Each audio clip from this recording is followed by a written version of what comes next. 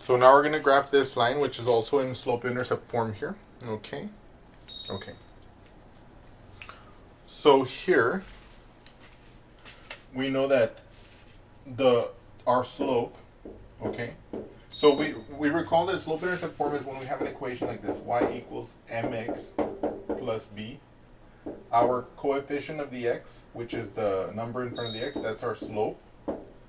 Our b is our y-intercept. That's the constant. Okay.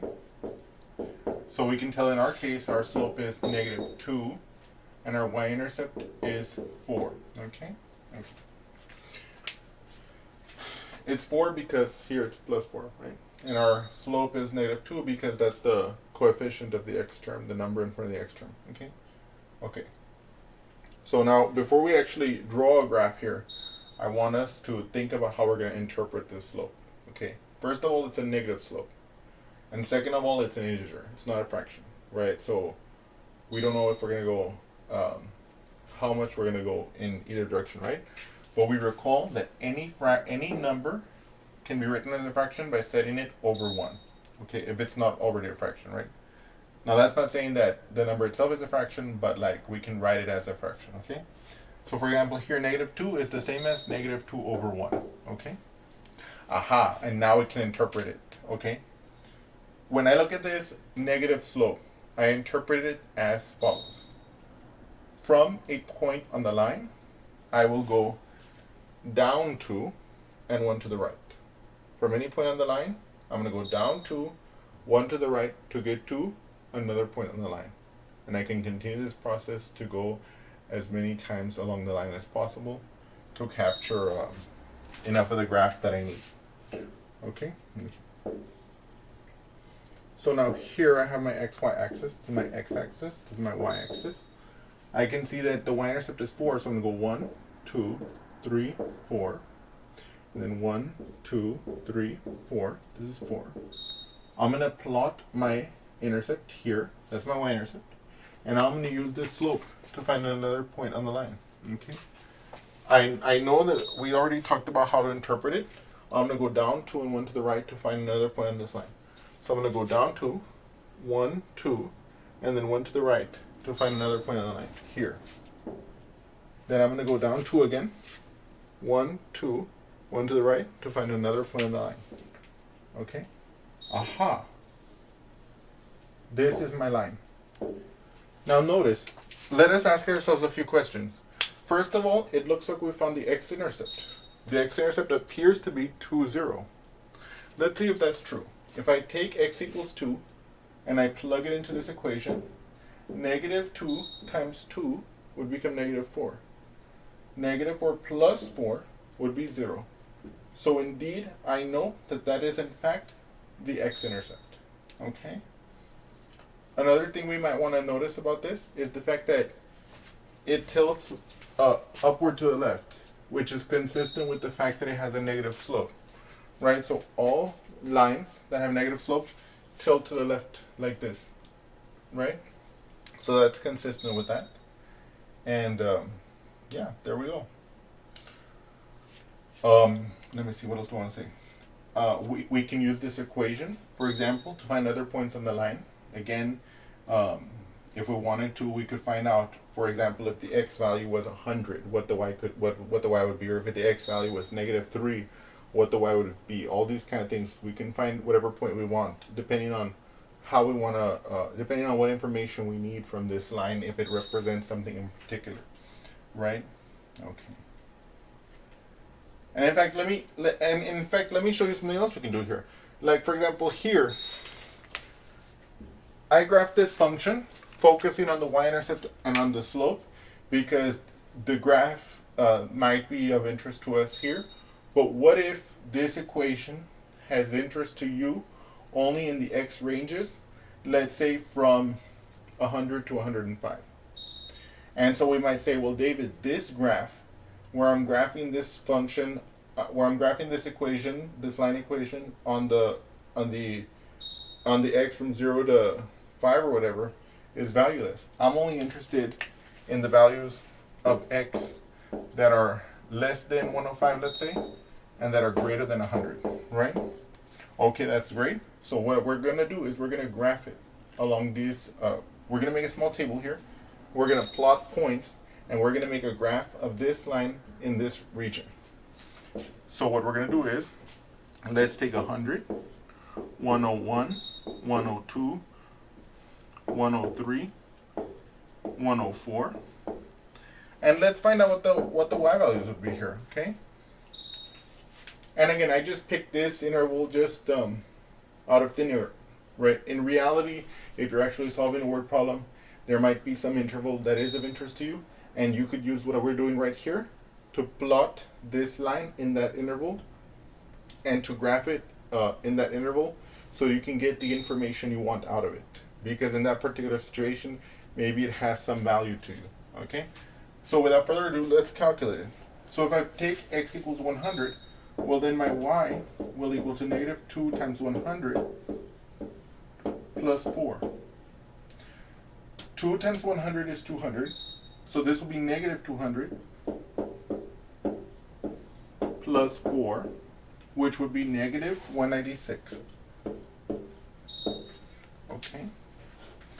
Let's say that I now do x equals 101. Y equals negative 2 times 101 plus 4. That is negative 202 plus 4. That's going to be negative 198.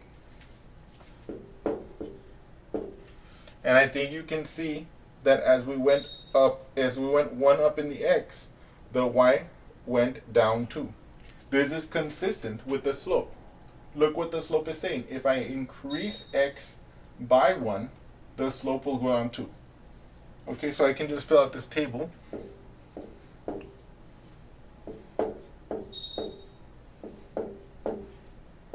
Okay. By the way, let me just. By the way, I want to elaborate on what I just told you there before we actually draw the graph with these points. Okay. So we had been interpreting this slope as saying that that from one point on the line, we're going to go down 2 and 1 to the right to get to another point on the line. So in other words, for each x movement of 1 unit, my line drops by 2 units. Right? And so that property I saw here is completely consistent with this slope. Okay? A unit increase in x decreases the y by 2. And in fact, look, let's do this generally. So, okay. Let me plot this and then I'll do a little argument for you along those lines. But of course, that's just going to be extra in a moment, okay? I don't want you guys to get hung up on that. So now notice these y's and these x's. You know, usually a lot of people when they draw a graph, they'll just draw like this graph where it's centered around the 0, 0 and stuff like this. But for us, we're worried about this part, right? Let's say this is practical importance to us with this equation. Okay, so I see my y's are going to be negative and my x's are going to be very positive. So let's say I draw this part of the x-axis like this. And let's say I'm drawing, like let's say I'll put a little squiggly here and then I'll put like a down, like this. Right, and this is my y-axis, okay? Now I drew this squiggly to say that I've kind of cut a piece of scissors and that like this is not the whole y-axis that's above it, but I just shrink from 0 to like negative 186 so I don't have to see that, okay? But it's there. That's what this squiggly means, sort of. So here, my y, let's say negative 196. Oops.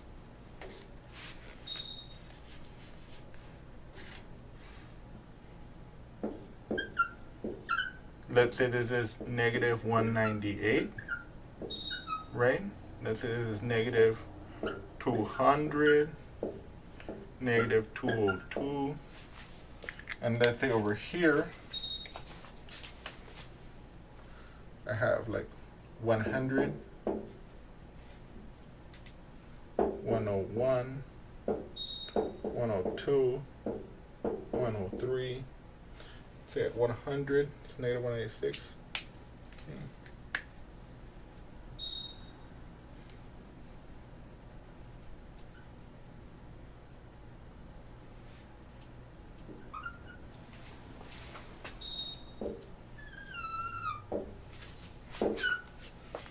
And so here, I can see the graph of the function in this region by just plotting points. And of course, since I know it's a line, I know a line is determined by 2 points. So if I had just had these points, I could have drawn the line through there. And if you use graph paper, you can make it very nice and very accurate, okay? But what's important here that I wanted you to see is that with this equation, we don't just have to take advantage of the fact that we have the intercept and the slope to graph the line here near the origin. We can actually use this equation to find other points on the line far away from 0, 0, where it might have relevance to some practical problem it might have come up in. And we could graph it there too by plotting points in that region. And of course, I just picked these numbers anywhere. I could have found it between 1 million and like 1,000,005 what the graph would be doing there. Obviously, here we know that it'll be going down like this, right? Because it's just a line. But of course, different functions will have different behaviors, and we might want to see the behavior in certain places because that might be important. What else was I going to tell you? Oh, yes. So this is a brief, we could stop, part of me wants to stop the video right here, but since I had mentioned it, I do want to try and give you an even more clear argument of how you can see that if I increase the x by 1, the y will be decreased by 2. So so obviously this is y equals negative 2x plus 4. So what if I take the x value x plus 1? So what if my, so I know, so watch this. I'm going to make a special table over here. And look, if you find this argument I'm going to make confusing, don't worry about it. It's not essential. But I just want to include it here because we talked about it. So I know that on this line, for the x value x, I have y value negative 2x plus 4, right? By definition, right? What about for the x value x plus 1? Let's find out. So how do I find the y value associated with this new x value of x plus 1? I plug it into my equation. So it'll be negative 2x plus 1 plus 4. Now this expression here, I need to distribute the negative 2. So this will become negative 2x minus 2, because negative 2 times positive 1 is negative 2, and then plus the 4 from the outside. Now I can combine these like terms, this negative 2 plus 4. That'll give us negative 2x plus 2. That's my y value associated with the x value x plus 1. So negative 2x plus 2. Aha! Look at this. As I go from any x value to one x value to the right, my y decreased by 2. See? If I go from negative 2x plus 4 to negative 2x plus 2, I've gone down by 2. And so you can see that.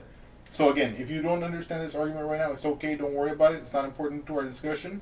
But if you do understand it, or if you watch it again until you get it, it'll be very nice. Anyway, with that, let's continue and let's do more examples.